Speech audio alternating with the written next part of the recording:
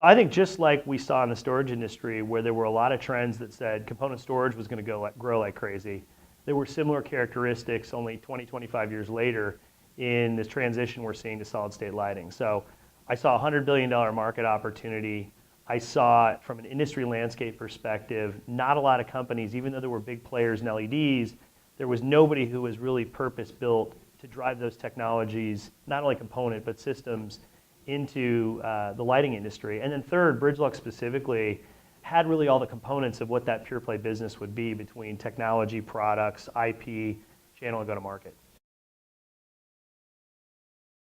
As you've traditionally taken LEDs into lighting, it's really been people trying to jam a chip into a socket. And it really isn't that easy. There are many other problems as you introduce LED chips into lighting. So there's optical challenges, there are thermal management challenges.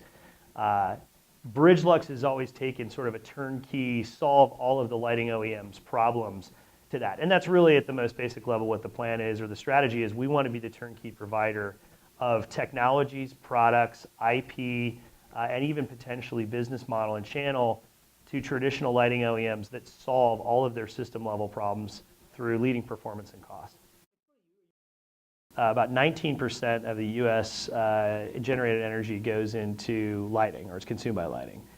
And if you put that in generation terms, about 19% of the overall grid is generated by nuclear power, which is represented by about 104 nuclear power plants. So, we think we could reduce that by 50 to 75% by going from legacy technologies to solid state.